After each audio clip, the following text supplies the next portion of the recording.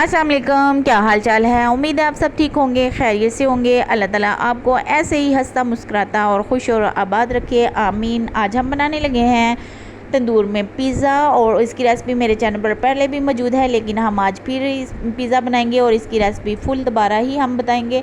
इसके लिए हमने लिया है 1 कप पानी, नीम गर्म पानी लेना है, गर्म नहीं ज़्यादा करना। और उसमें हमने 10 ग्राम यीस्ट डाली है और 1 चम्मच पिसी हुई चीनी डालकर हमने 10 मिनट के लिए ढक कर रख देना है।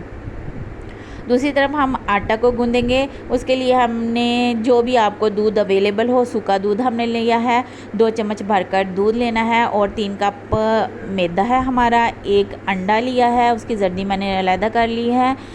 तो 1 चम्मच हमने भरकर ले लिया है नमक, क्योंकि ये 3 कप मैदा है, इसलिए हम इसमें नमक भी उसको इसी हिसाब से डालेंगे। तो फिर हम इसमें जो है राइस हुआ हुआ अपना जो है वो यीस्ट डालेंगे। 3 चम्मच हम इसमें भर के ऑयल के डालेंगे, ऑर्गेनो लीव्स डालेंगे और इसको अच्छे से गूंद लेंगे।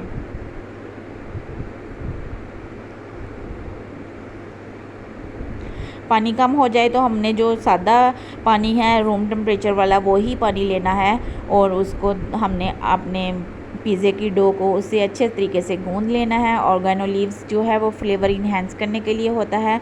तो अगर हम ये इसके डो में शामिल करेंगे तो जो हमारे पिज़्ज़े की फ्लेवर में वैरायटी में ज़्यादा इजाफा हो जाएगा। और अब हम इसको आटे को गो के अच्छे से काउंटर के ऊपर ही गूंद लेंगे ताकि इसके बबल्स ख़त्म हो जाएं। 10 मिनट हम इसको ऐसे ही गूंदेंगे। फिर हम इसको ऑयलिंग करके किसी भी अच्छे से बड़े बर्तन में डालकर आधा घंटा रूम टेम्परेचर पर रख देंगे। हमने लिया है तकरीबन 200 ग्राम चिकन और उसमें हमने तिक्का फ्लेवर डालकर उसको पका लिया है और कुछ भी नहीं, ऑयल वगैरह नहीं डाला। पिज़्ज़ा डो हमारी जो है वो तैयार हो चुकी है। हमने लिए हैं बड़े बड़े 2 ट्रे क्योंकि हम उसमें तंदूर में बना रहे हैं तो हमारे पास इतने बड़े सांचे नहीं हैं, तो हमने ट्रे लिए हैं। उसमें हमने बटर पेपर के ऊपर ऑयलिंग की है और पिज़्ज़ा की डो हमारी देख लें आपने कितनी अच्छी राइस हो गई है। इसको हाथ की मदद से हमने फैला लेना है अपने सांचे के ऊपर और इसकी फोक की मदद से हमने इसमें डॉट्स लगा लेने हैं। इसको अच्छे से हमने फोक से ब्रेक कर लेना है अपने पिज़्ज़े को।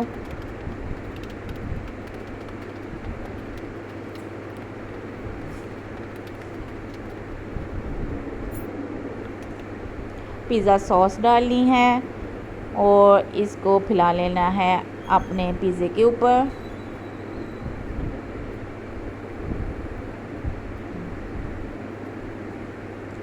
चिकन लगाना है,